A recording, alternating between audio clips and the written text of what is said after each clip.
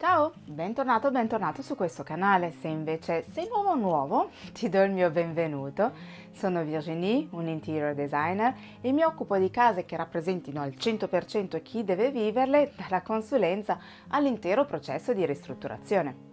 In questo canale affronto il tema casa, cercando di darti suggerimenti utili affinché tu possa avere la casa dei tuoi sogni, una casa che ti rappresenti nel profondo e dove ti sentirai sempre a tuo agio. Si avvicina la fine dell'anno e spesso con l'arrivo di quello nuovo abbiamo voglia di cambiamenti in casa. Ecco allora 7 consigli per rinnovare la tua casa.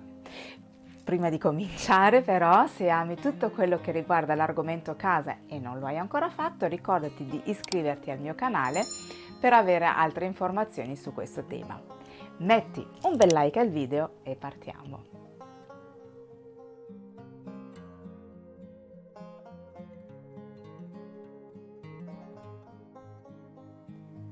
Pronto a vedere come rinnovare la tua casa? Partiamo subito.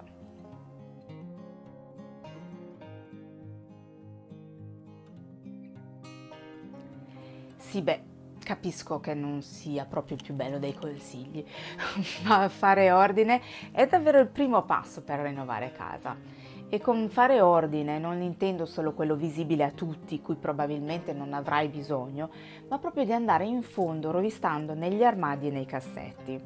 Sono certa che troverai tantissime cose che per mille motivi non usi più. È ora di liberarsene. Vai stanza per stanza, comincia dagli elementi a vista, poi guarda in tutti i mobili. Tutto quello che non ti rappresenta più, che non ti piace più, tiralo fuori e mettilo da parte. Ci possono essere delle cose che non usi ma che hanno un valore affettivo. Fai una scatola apposta per quelle cose e tienile tutte insieme. Per tutto il resto potrai invece decidere di buttare se non è più utilizzabile o portarlo in un negozio dell'usato. Darai nuova vita a queste cose, renderai felice qualcuno e tu farai spazio e ordine. Togliere tutto ciò che non serve più porta energie fresche in casa.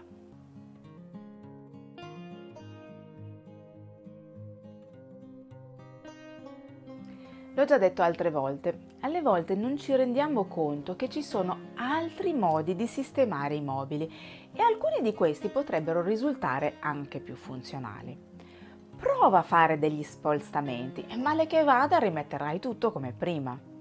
Se per i mobili potrebbe non essere sempre fattibile, questo lo è senza dubbio per complementi e oggetti. Prova a vuotare librerie, sgomberare tavolini e console e poi prova a fare composizioni diverse mischiando gli oggetti dalle varie stanze. Alle volte basta davvero poco per cambiare totalmente faccia ad un ambiente. Prima di farlo ti consiglio magari di fare qualche foto alle attuali posizioni, non si sa mai, sarà più facile rimettere tutto com'era se nessuna nuova sistemazione ti convincesse.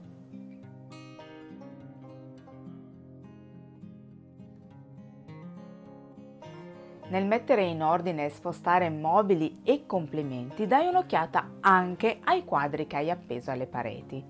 Ti rappresentano ancora?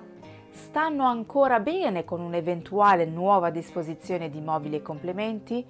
Se negli anni hai cambiato o aggiunto qualcosa, il tutto è sempre armonioso? Potrebbe essere il caso di cambiare qualche cornice o al contrario qualche stampa.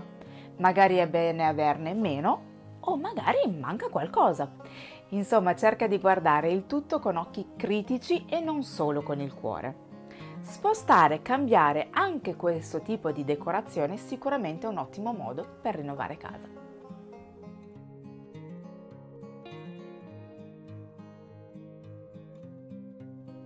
Ne ho parlato in occasione di come decorare casa in autunno e in primavera, ovvero cambiare i tessili della casa.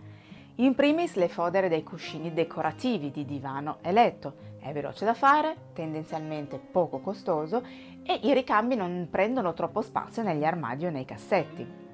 In camera da letto potresti cambiare il copriletto o almeno la o le coperte decorative che potresti avere ai piedi del letto. In salotto, oltre ai cuscini decorativi, potresti pensare di cambiare le fodere del divano ed eventuali coperte decorative. Si può anche pensare di cambiare le tende, soprattutto se hai un doppio tentaggio e questo è colorato. Cambiare colori, textures e fantasie dei vari tessili cambierà totalmente la faccia della tua casa.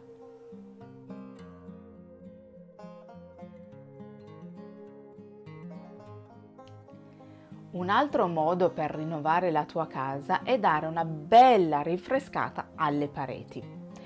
È immediato e ha un enorme impatto. Ovviamente non è che devi fare tutte le pareti se non vuoi, basta anche solo una parete a centro che diventerà il punto focale. Puoi decidere di usare la tecnica del color blocking per enfatizzare una zona.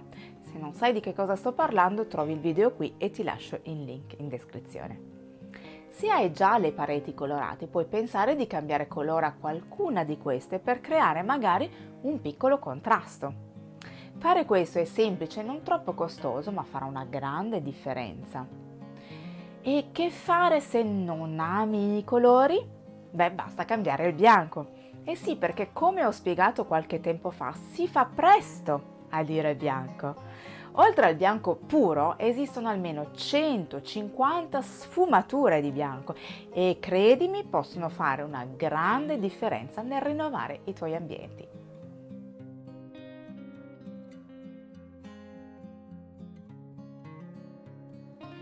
Spesso ci si concentra sull'estetica di una casa, poi la funzionalità, un poco meno sull'atmosfera.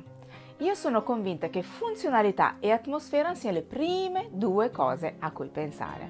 Ma come si crea un'atmosfera?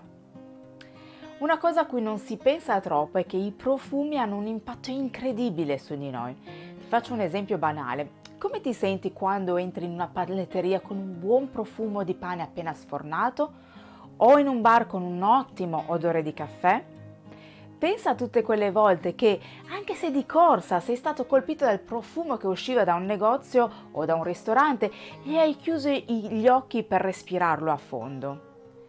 Al contrario, sono certa che se ti è capitato di andare da qualche parte, magari anche molto bello, ma con odori sgradevoli, tu hai pensato di non tornarci più.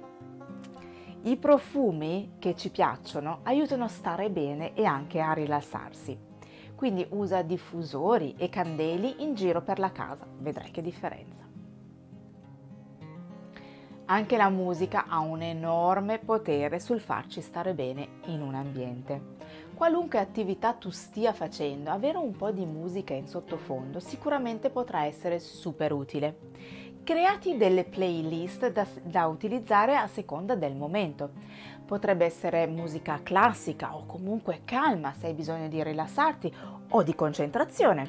O potrebbe essere qualcosa di un po' più vivace se necessiti un po' di energia. Usala anche quando hai ospiti, vedrai che apprezzeranno. Ne abbiamo parlato tantissime volte, la luce è capace di cambiare drasticamente la percezione degli spazi. Una luce calda crea un'atmosfera tranquilla e rilassante, mentre una luce più fredda è decisamente meno invitante. È ideale avere molte fonti di luce in ogni stanza. Quella generale può avere una temperatura colore neutra, naturale, intorno ai 4000 gradi Kelvin, mentre le altre dovrebbero essere più calde, dai 3000 gradi Kelvin in giù. Una fantastica idea sarebbe quella di avere tutte luci dimmerabili, ovvero la luce a cui puoi cambiare l'intensità e magari anche la temperatura colore, per poter gestire il tutto a seconda delle necessità. Questi tre elementi, profumi, musica e luci, non sono fissi. Nemmeno la luce, appunto, se la rendi dimmerabile puoi cambiare la temperatura colore. E questo ti aiuta a cambiare atmosfera ogni volta che vuoi.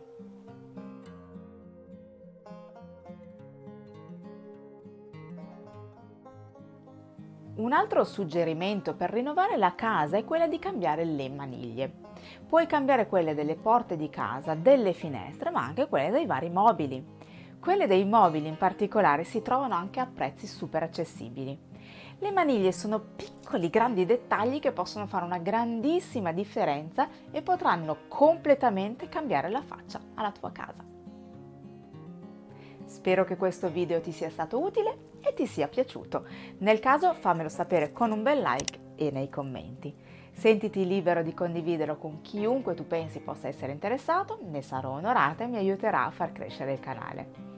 Se senti che la tua casa o qualche ambiente di essa non ti rispecchia abbastanza, non aspettare oltre e prenota la tua consulenza. Trovi i miei contatti in descrizione. Se non lo hai ancora fatto, ricordati di iscriverti al canale e attivare la campanella, così non ti perderai i prossimi video. Grazie di cuore di essere stato qui con me. A presto!